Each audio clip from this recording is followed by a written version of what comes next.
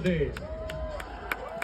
Hürmetli көрермендер, сән салтанатымен сап түзеген Арқалық қаласының делегациясын зор қошеметпен қарсы алайық. Арқалық қаласы тарихы терең, рухы биік, ұлттық құндылықтарды дәріптеген қасиетті мекен. Арқалық қаласының делегациясын Арқалық қаласының әкімі Әмірхан Біркенұлы Асанов бастап келеді. Арқалық қаласының жалауын алып шығушы қазақ күресінен Қазақстан Республикасының чемпионы, әлем кубогының жеңімпазы Қабылан Нұрсұлтан.